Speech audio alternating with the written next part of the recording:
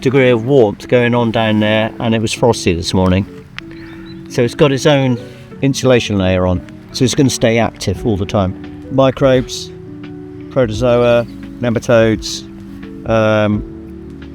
fungus, bacteria, whole complete diversity. More things than we even know about still. So it's not as muddy as well, is it? Correct. Yeah.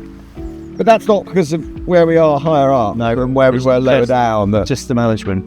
Okay. And you can So you think you could create on the field that we were on earlier? You think with the right treatment over the right time? My challenge to myself is looking as good as that. Really? Gosh. This in here would be a home. It's the kind of thing you would see at times. We often see like falcons, hawks, kestrels hovering around because there's mice, shrews moving around. Yeah, we have lots of birds of prey. Very happy here.